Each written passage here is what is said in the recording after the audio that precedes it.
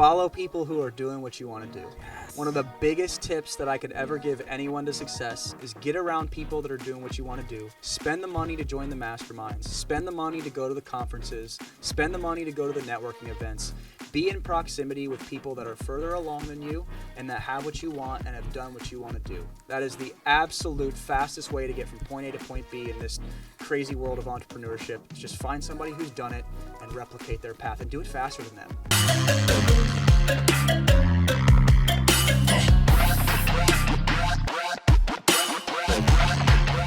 All right, guys, welcome to the Beltran Podcast. I am here with Mitch Fraker. He is a juggernaut in the solar industry here in Florida, and we're here to pick his brain, learn a little bit about him, how he got into the business, and what makes him awesome, because there's a lot. Let's go, man. Thanks for having me, brother. Yeah, Appreciate it. for sure, man.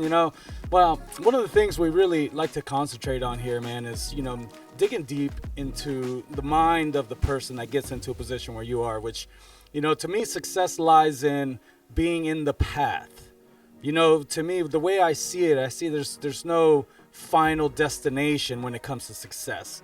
Success is to kind of living that life, doing the thing, on your way to somewhere, but it's part, you have to be in it before you could be it. Yep. So tell us a little bit about yourself, your past, man, where you come from, because what you're doing right now it's epic and the timing is crazy good. So I want to hear about you a little bit, man. Yeah, appreciate that. So I was born and raised in Columbus, Ohio. I'm a corn-fed boy from the north. There you go. And I've been in Florida now for almost 7 years. Okay. I moved out here on a whim when I was 21, almost 22. I just up and left. Literally saved up a bunch of money, got a U-Haul, and took a trip down to Florida. My dad and I drove down, and I had a buddy down here that had an apartment with a 2-bedroom, and he's like, dude, just come on in, make the jump. And so I moved down here. I was actually a personal trainer when I moved down. Okay. I saw some of your pics, dude. Jacked. I never saw it. I was like, dude, look at this guy. Yeah. So I come from a heavy fitness background. I did not go to college. After high school, I went to a personal training school. It was a tech school. So I got my personal training certificate. I did I think it was 750 hours, of a training certification. And so I learned everything inside and out about the body. I managed a kickboxing gym for a couple years when I was in Columbus, Ohio. Nice. And I had a lot of fun doing that, but I knew, kind of really quickly that my time was going to be, I could only train so many hours in a day. Yeah. And when you kind of max that out, you're like, okay, this is the most amount of money I could make. It's like I could charge more, but you're really limited with the time that you have on your hands. And so when I moved down to Florida, I really wanted to get into business and entrepreneurship. I had some experience in the past with different network marketing opportunities. It's funny, this last weekend at the Blue Collar American Dream Conference, if you remember watching Alex Morton. Yes. So I was actually in his original company when he said, hey, I started at 18 with an energy drink. I was in that company. Oh, so wow. Epic. Yeah, dude. So I go way back in the kind of the entrepreneur, the network marketing world. But it wasn't until a few years ago that I kind of found success in it. So when I moved to Florida, I took a job working for a pharmaceutical company. Okay. I was the marketing director. I had a 3-man team, and I built the company from a couple million up to 12 to 15 million. Had a lot of fun, learned a lot, and then realized that I was going to be stuck behind a desk for the rest of my life if I didn't do something. Yeah, so yeah. That's the death of me. It is. I have to spend about an hour or two behind the computer every day, and my girl, she walks in, she looks at me, she's like, oh, you're not enjoying it. Let me get out. I want to go talk to people. I want to walk around. Yeah. Well, and it's funny because kind of similar thing now with all the roofers that we're working with and the business that I have. I do end up sitting behind a desk for a little bit more than I'd like, but anytime I can get out, do stuff like this, meet with customers, I'm all in. And so long story short, I had that job at that pharmaceutical company for about four and a half years. And then I decided to make a jump. I saw a bunch of my friends that were just absolutely crushing it in solar. They were all out in California, and they were, just raining the cash. And, I'm like, all right, there's something to this solar thing, you know, and at that time, 4 or 5 years ago, there was very little solar in Florida. Oh, yeah. You know, you could drive through a neighborhood and really not see much of it at all. And so I was leery about diving into it here. I actually considered moving to California and kind of diving in with them, but it was just way too far away from everything. I had a lot of family down here, and I love Florida, so I decided to, you know, take a jump and go ahead and dive in. I found a company down here that I started working for, and I was knocking till my knuckles bled. So for my first year and a half, almost 2 years in the business, that's all I was doing was knocking doors. Wow. That was brutal. So let me ask you, as far as like the regulations or I guess the laws between California and here, Yep. like I know there's definitely incentives here, but what are the major differences right now where we are politically? I guess I hate to use the word, Yeah. but it's gonna come Facts. up a lot. Facts. You know, what are the major differences between California and here right now? Yeah, so I think it's really smart for everybody to pay attention to what's happening in California, because they are leading the path for what solar is going to look like across the rest of the country. Okay. And so whether people like the politics or not, solar is going to be here. It's going to grow, and it's going to be more prevalent. And so we have to look towards California and see what they're doing and how they've adopted it, because that's inevitably what's going to happen to the rest of the country. And Yeah. so solar in California has got about 40% market penetration, where you can... Wow. Yeah. So almost half of the houses have solar. Almost half of their energy comes from solar, yes. I would say probably a little bit less than that on homes, but yeah. About 40% of their energy comes from solar. And so when you look at what that's done specifically to the grid, is that's why they've had to really cut back on the net metering buybacks. So the utility companies are actually saying, hey, there's like so much solar production that we need to figure out a way to, you know, kind of curtail this, because what happens... So they don't lose their ass pretty much. Yeah, I mean, yeah. So it's basically breaking the grid. Yeah. Because what happens is during the day, you've got so much power being produced by solar, and that lifts a weight off the grid. And then as soon as the sun goes down, there's this massive surge on the grid. And so we actually saw, you know, Sunrun, they're one of the largest residential solar companies in the country. They're actually publicly traded. They did a deal with the major utilities in California where everybody who owns a Sunrun battery has an opportunity to use their battery to discharge back to the grid at certain times to sort of lessen that back and forth. So I know here you have the net metering. There, do they still pay the people back for it, or how is that working? Yeah, absolutely. So in California, we're under what's called NEM, or net metering 3. Okay. So we went through net metering 1, 2, and now 3. And so with that, every single time when we jumped from net metering 1 to 2, the buyback rates got cut down. When we jumped from net metering 2 to net metering 3, the buyback rates got cut down even further. So that means people are getting less for it. People are getting way less for it. And now with net metering 3, you have to have a battery for it to even make sense. So because you have to hold enough. Exactly. So, you want to avoid sending it to the grid. Yeah. Because it's a loss. I mean, and so essentially, if you don't have a device to keep some of that on site, you're losing. So where are we at in Florida? Still net metering 1? Yeah, well, I mean, you could call it net metering 1 if you want, Yeah. but basically all the major utilities in Florida have a 1-to-1 buyback, and so basically they're buying back that power at the same rate that they're charging you for it. There's no loss in sending it to the grid, but that won't last forever, right? Yeah. And so that's why it's so important that people get in now on so many different accords, but specifically with net metering. Because when you get in now, you're grandfathered in, and if you go, once the net metering changes, you're stuck. Yeah. And so like we saw in March and April this year, before net metering 3 took effect in California, we saw so many people go solar it wasn't even funny, because everybody wanted to get their application in before net metering 3. Ah, that makes sense, man. So it's like, yeah, you gotta look at history as much as people don't want to think about the past, but this is huge, and it's more about the money, It's all about the money. It's not about the environment. I've never had a single person say I want to go solar for the environment. It's all that's about funny. their pocket. I just did a video the other day, and I spoke to you about it. Yeah, Then yeah. I started asking. I started saying, like, "So you got solar?" They're like, "Dude, I just don't want my bill to keep on going up." So it's funny. I never thought of it like that. So you brought it up to me a while back, and it's like it's the truth. Yeah. It's crazy. I'm in a Facebook group. There's like 8,000 members. and it's an FPL hate group. Oh. Where basically people are just like bitching about FPL. I need to get on that. It's hilarious, but it's funny because you'll go on there and people are like, my bill's $700, and then you'll mention solar, and they're like, I'm not doing it. It's like, all right, well, you keep paying your bill. I kind of want to get into that. Like, at what point do people's mind do people understand that, hey, this is where we're going? Yeah. You know, like I speak to a lot of people still that as soon as the word solar comes up, oh, it's a scam. Walls go up. It's a scam. Yeah. I don't. Yeah. Then you kind of look around and you're like, well, I mean, like Disney's got it. Like all the major corporations got it now. FPL is building. Like you know, like what do you? Number one, why do you think people have that mentality? Yeah. Where does that come from? I mean, so just point blank, there's a lot of crappy people in the solar industry. There's a lot of shysters. There's a lot of people that jump into the industry and don't know what they're talking about. People have been lied to about the tax credit. People have been lied to about how much their system's going to produce. People have been lied to about their warranties. There's companies that have gone fly-by-nights that go out of business and can't service the systems anymore.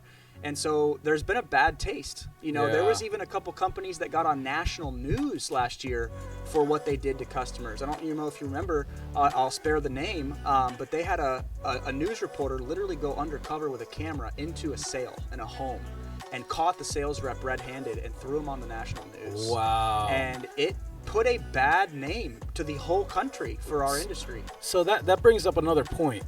Is it just real easy to get in the position to... Like, are there any regulations or any type of anything like stopping this from happening? There's gonna be really soon, and that's one thing that I am hoping and praying for, because I've been doing solar for years now, and I do it the right way. I've got a 5-star company with 5-star reviews. I work with some of the top roofers in the state of Florida, as you know, you guys included. And you can't do solar the wrong way when you have big names and big companies that you're working with. Yeah. And so, no, unfortunately, right now, there's almost no regulation. You can be Bob Jack in a box and come and sell solar for almost any company, and that's a big problem. Yeah. So let me ask you yourself, like, where do you fit in on it? Like, as far as your business, you know, you've built up. You said you door knocked for 100 doors, 100 doors a day for how long? I probably almost 2 years. I mean, I've probably knocked over 10,000 doors. And I kind of want to go back a little bit, and because I'm kind of sensing this, like you don't stop. You know, obstacles come up and you keep on going. You talked about being in the network marketing for a while. How many different times how many different projects did you go in on with that? I mean, so I was a part of 2 different network marketing companies. The first one, you know, unfortunately came to an end because of something the company went through. And then, you know, the second one is actually what opened my eyes to solar. So the second one was actually a company called ACN, which was all about energy deregulation.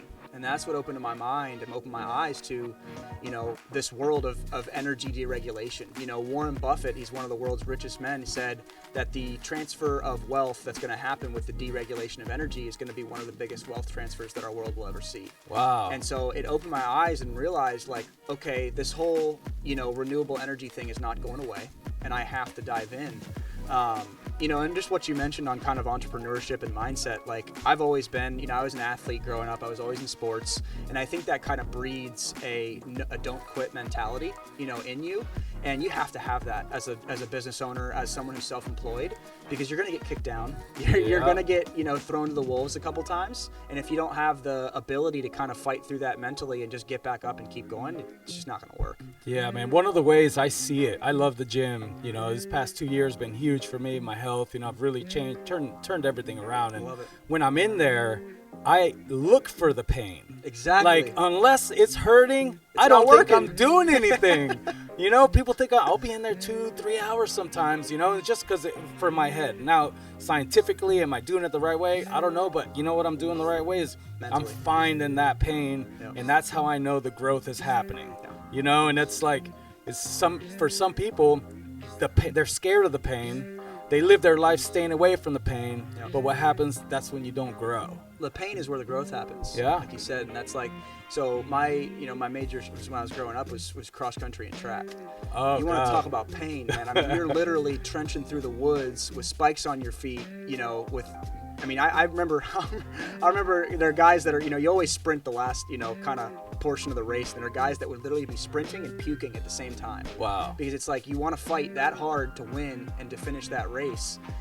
There's just you can't quit. You can't stop. And so that mentality got bred into me from a young age. And you have to take it into entrepreneurship. Yeah, man. It's a sport. Entrepreneurship's a sport. Yeah. And if you don't fight at it and you don't practice at it, you're not going to win. Yeah, you got to have that fight in you, man. So back to like your business, like where do you fit in the whole part of somebody getting solar? Yeah, absolutely. So I run sales orgs. Okay. And so what I've learned in solar is that there's a couple different, it's kind of a fragmented industry.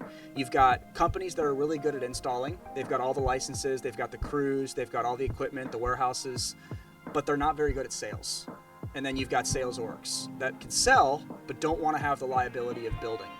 And so there's been this big, kind of push in the industry. It's called the dealer model. And so you've got an installer that just focuses on installation, and you've got a dealer that just focuses on sales. Okay. Similarly to like a health insurance agency, you've got the agency that sells, and you've got the carrier that actually writes the policy. Okay. And backs everything. Okay. So that's where we fit in, and that's where we fit in with, RRCA, with leak busters.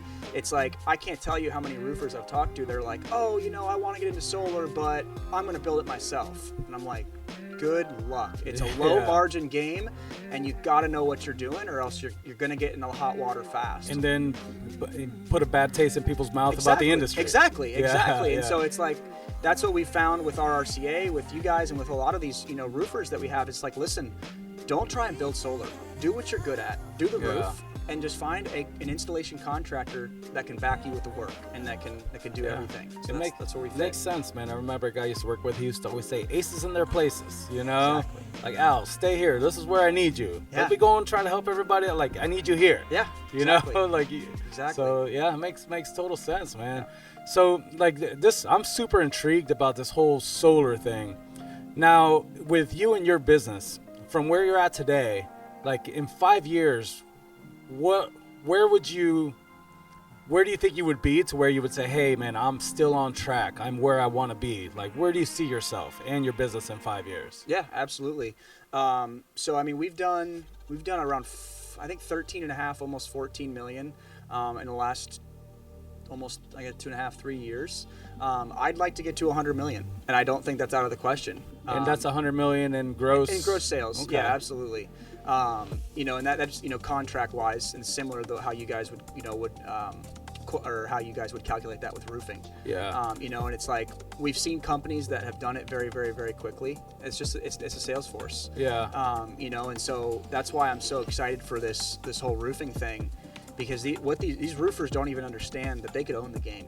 They could own the entire game if they wanted to, and they're so timid to get into it.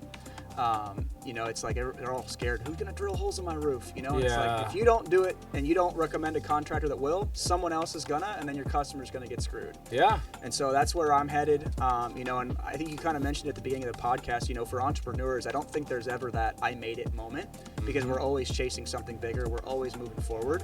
And I know personally in my career, I'll never get to a point where I'm just like, oh, I've made it, I'm done. Yeah, you can't stop building. It's like I'll being never in the stop gym. working. It's like being in the gym. You're like, all right, I'm fit, I'm good, I'm done. That never happens. Yeah. Exactly, because the second you stop, you start falling back. Yeah. And so, yeah, absolutely, man. Yeah, very cool, dude. So, like, when it comes to this, man, there's a shift happening.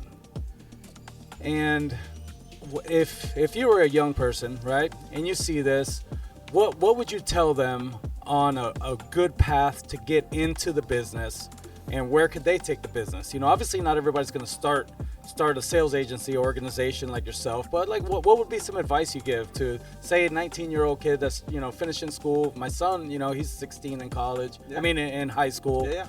What kind of advice, what kind of path would you recommend for somebody that would want to get into this field? Yeah, I mean, I know it sounds a little cliche, but start knocking some doors. Yeah. And like I said, I didn't go to college. I don't really advocate for college unless you need to be a doctor or a lawyer or something like that. If you want to go build a business and you want to be successful on your own, college is not the place to go. It's going to teach you to be an employee. It's going to teach you that you need to sit down, go through this, get this result, and then go get a job and work the rest of your life, you know, Yes. 40 hours a week, and then you get the weekends off. And that's not how, you know, vast majority of people create success. And so I know that knocking doors taught me so much about myself, about business. And realistically, if you can get through knocking doors and you can create some sales through that, I don't believe there's anything you can't do. I mean, it's brutal.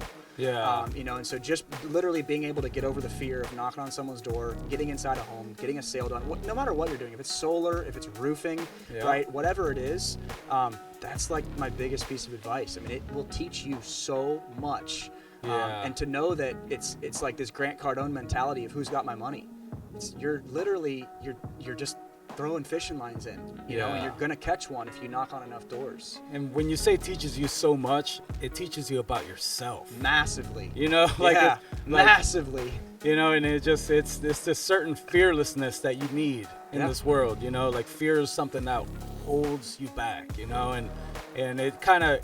What I've found, I used to sell Kirby vacuum cleaners door to door back in the day. My parents bought one when I was like 3. Oh, I remember. God, no, dude. It's awesome. But you know, it's that fear. You know, it teaches you to turn that fear into fuel. Yeah. You know, like, okay, you're feeling it. All right, get fired up with that feeling instead of, hey, go home. Yeah, exactly. You know, that's the difference. And in life, man, that's everything. You know, like. Exactly. I mean, so fear, if you've ever heard the acronym, fear is false evidence appearing real. Yeah, right. I love and so that. when you liken that to knocking doors, it's the fear of what's someone going to say, right? Are they going to slam the door in my face? Are they going to tell me no? Well, yeah, they are. But what's the problem in that? Yeah. The faster you can get a no, the faster you can go on to the next door and find a yes. Yes. And so as soon as you can get over that mindset and that fear of what's behind the door, all that goes away, and then you can rock and roll with it. Yeah. Easy to say, hard to do. Yeah. And the best way to get over it is what do you say? Do it. That's what I was going to say. Is experience. You just got to confront your fears. Yeah. I mean, with anything, you know, and I mean, that's what I, tell a lot of my guys when you're going out in the neighborhood, you should be looking for your first no and get it out of the way. Yeah. Like, go get that door slammed in your face so you can kind of have that breather of, okay, that wasn't so bad.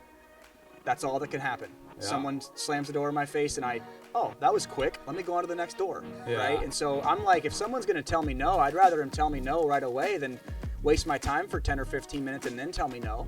You know, I could have hit 15 more doors in that time. So it's just the way you look at it. Yeah, really. and in this life, it's not for everyone. You know, I'm definitely going to say that. You know, if you're here watching this more than likely, this is the life. These are the things you're gonna have to do to get what you want out of life. Now, it's okay, like you said, you know, you're against the college. I mean, I think it's okay, like you said, if you want to be a doctor, you want to be a lawyer, and if that's the path that you want to take, because it takes everybody. Yeah. It takes all different types of people, but to be able to start a business, run a business, grow a business.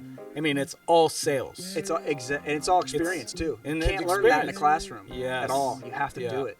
Yeah, man. So I believe a lot like you. Once again, I'm not against the schooling. Yeah, I have 3 kids. Okay. You know, one of them, man, college is the path. That's what she wants. She wants to learn the jobs that she wants. Yeah. You know, and man, I 100% support it. Of course. Yep. You know, but then I have my son, the complete opposite. Yep. He's already. I mean, he used to go around and get little palm fronds and that fuzzy stuff off of the palm trees, and get little hooks and tie them and walk around and sell them at the brewery when I was working there. Oh yeah. You know what I mean? He's an entrepreneur by heart. Yes, man. And he goes and knocks doors and helps people put mulch out in their yard. And like, he's 16 right now, and he'll come to me for money. You know, I'd like to help him out, but sometimes like, dude, you're 16. Work.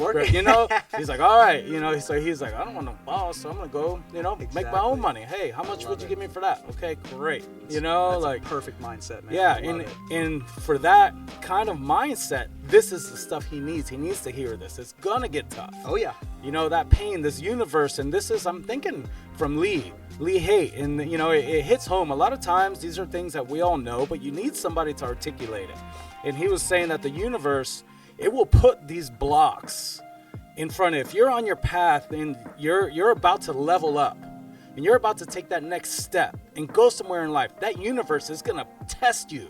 It's going to put the pain there. It's going to put things, it's going to say, hey, does this guy really or woman really want this? And it always gets a lot harder before it gets better. Absolutely. You know, and then that's just one of those things, you know, we're big on it, you know, and I love to see this. And it's going to be a common theme. And I know, because I've met people like you, and you're the kind of person I want around me, you know, because you've done these things. Yeah. But it's keep on. It's going to get hard.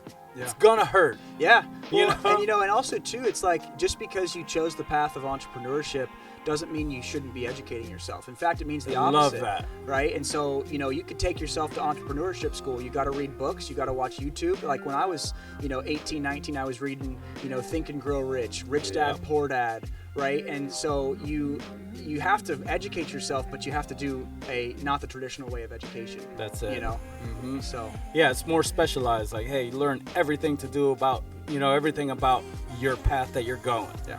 Yeah. No, I completely agree, man. I love having you on here. This is exactly what we're looking for, man. You know, what you've done in your life already, it's super cool to see. It's in an industry that's so fresh, so new. It is. You know, for me, it feels so fresh, man, but it's hitting, man. Well, I've been doing this for a few years, and every day I wake up and I'm like, we're just touching the tip. Like, we are just getting started. You walk out your front door, you look left, you look right, you probably won't see houses with solar in Florida. Unless you got somebody that's sold it that's good at knocking doors. Yeah, then you're and slapped. Say, hey, the neighbor massive surge on just did it, and this is what I'm saving them. But I live in Eastport, over on the east side of US 1, and there's a lot of solar in my neighborhood. I mean, it's going up fast. Oh yeah. But yeah, like you said, we're just getting started. Yeah. I mean, people have no idea what's coming in the way of utility rate increases, inflation, and it's gonna crush people, and it's gonna put them in a spot where the only option they have is to look at solar. Yeah. I know you got numbers in your head. I want to hear some stats, like how much has the power bills, how much have they gone up in the last couple of years? I know you have proof, you have numbers on this. And like really going solar, put it all together for me. Yeah. Say this is going up, yours is going to stay, your bill's going to stay the same. Kind of put that into numbers for me. I'd love to hear this, because this is good for me. I'm learning a lot here too. Absolutely. Absolutely. So, I mean, really, we're selling solar, but what we're really selling is we're selling a safeguard for inflation, right? And so, you ask people, hey, do you own your home? Do you own your cars? Now, what's the reason that you decided to do that? Well, because you don't want to pay rent. You don't want somebody raising your rent. And I ask them the same thing. Why do you pay your utility? Well, to keep my lights on. Okay. If there was an option to get away from that utility and own your power, you could have a fixed payment, you could pay it off. Would you be open to that? Right? Most people are. And the facts, kind of the numbers are, last year we saw an average increase rate of utilities go up about 14.2%. That's across the country. Okay, so that's about double the rate of inflation. So people's utility bills went up higher than inflation went up. We all know inflation is crushing right now. Yeah. In Florida specifically, in the last 2 years, FPL has gone up over 35%. And I know that sounds like a lot, but I showed this to you guys at the office the other day. I have a utility bill from 2021, 2022, and 2023. 35% in 2 years. The same exact amount of power 2 years ago on the bill example that I showed you guys was $142, and then this year I think it was $212 or $213, right? And so what's happening is the rate of the rate and the cost of power will keep rising, as it always does, just like everything else. And the only way to escape that is to get away from your utility and own your power. And that, like I said, people right now, they can be resistant to it all they want, but at a certain point, their bill's going to get so high that they're literally not going to be able to do anything else, because they're not going to be able to pay to keep their lights on. Yeah. And so, out in California, places like the Northeast, Massachusetts, New Hampshire, they're paying 30-40 cents a kilowatt. Down here, we're at like 18 cents. And so, like I said, California's paving the way for what's to come. Yeah. And it's going to get so crushing that people are going to have to look into solar. So in the comments, guys, tell me reasons why you guys would not do this. Then this is going to be training, because I'm going to come to you with every single one of these. I love it. And I want to hear an answer to it, because I know there is an answer to it.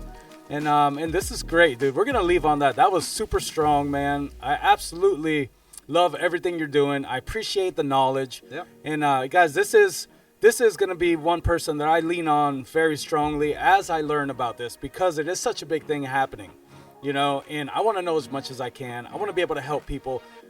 That's why I do real estate, because I want to help people. That's why I got into roofing. There's people in some really tough situations with the roofing right now. Yeah. Insurance is dropping people left and right. And this solar, guys, if I could help save somebody enough money to be able to give their kids some courses, some people to even eat, because you have to pay your power bill. There's no way around what I it. mean? There's literally no, and that, like you said, I asked people, it's like, hey, if there was a cheaper option than your utility, would you look at it? Absolutely 100% yes. Everybody's going to say yes to that. And then as soon as you say, well, that option is solar, people, like you said, the walls go up. Right? And the cool thing about it right now is you don't have to put cash out. You don't even have to get a loan if you don't want to. You can lease the things, for gosh sake. And so at that point, you're literally getting a lower monthly payment for something that's fixed and that won't go up. And it's at its whole, it's very, very, very simple. It's just, we got to get that acceptance. We got to get people to open their eyes. And I hate to say it, but the inflation and the cost of utilities going up it's going to push people to us.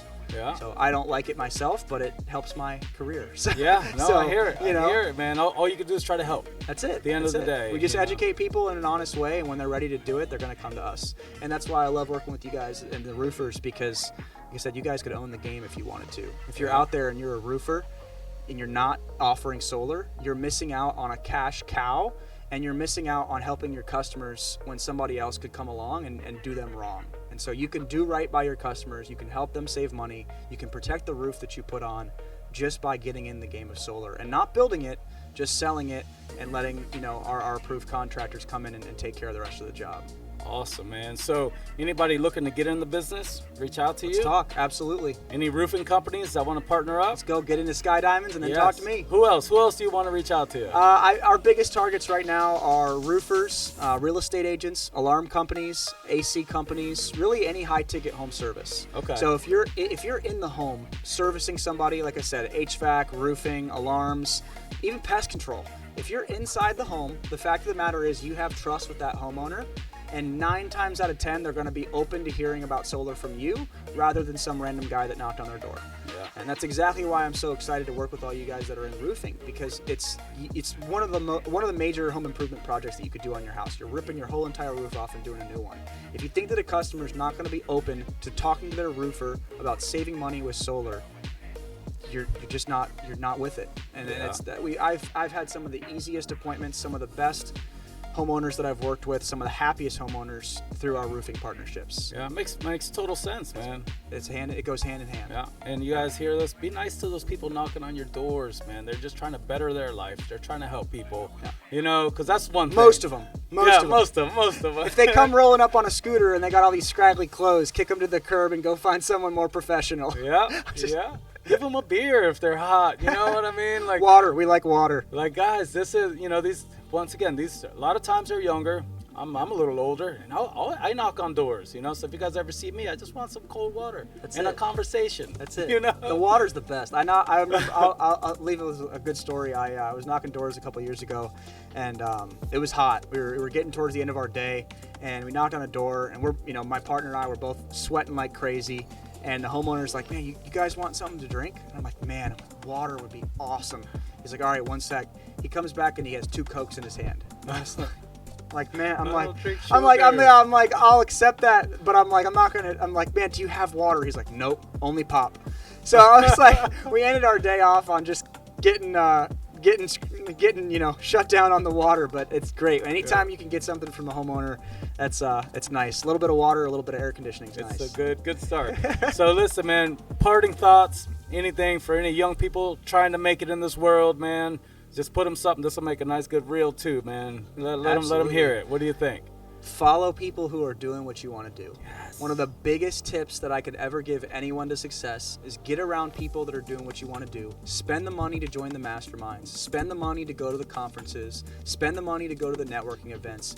Be in proximity with people that are further along than you and that have what you want and have done what you want to do. That is the absolute fastest way to get from point A to point B in this crazy world of entrepreneurship. It's just find somebody who's done it and replicate their path and do it faster than them. Right? And most of the time too, you know, a lot of these super successful guys are more than welcome to help you. Right? We love giving out our knowledge. We love giving out our tips, our tricks, our advice, things that we went through, all right? Sharing our roller coaster of success. So don't be afraid. I mean, just, you know, this being at the Blue Collar American Dream Conference, I was going up and shaking every hand I could. Changed my life. It was bro. incredible. Yeah. Not gonna lie, Yeah. changed my life. It's actually a big reason why I started this. Yeah. Just being around these people, I just want to be around more. Exactly. I got goosebumps as soon as you started saying that, because I can attest 100%. It will change your life, man. Be around the people. It's these corny sayings, but like your network is your net worth. Yes. Right? And the more hands you shake, the more money you make. Yes, I heard all Bradley of them. say that. And it's like, it's so true. Just go Yeah. out and meet more people, make more connections, and you will increase your business. You'll increase your income. It's the best way to do it. I love it, man. Hey, guys, Mitch Fraker here. Juggernaut in the solar industry go. here in Florida. Reach out to him. Instagram handle. Yep, at Mitch Fraker. We'll put it in the description here. Yep. And I'd love to chat with you guys. Like I said, we're working with some of the largest roofers in the state of Florida. We're helping them get into solar, and we're doing it the right way. Thank you so much, brother. That's a wrap, guys. We'll see you next Let's time. go.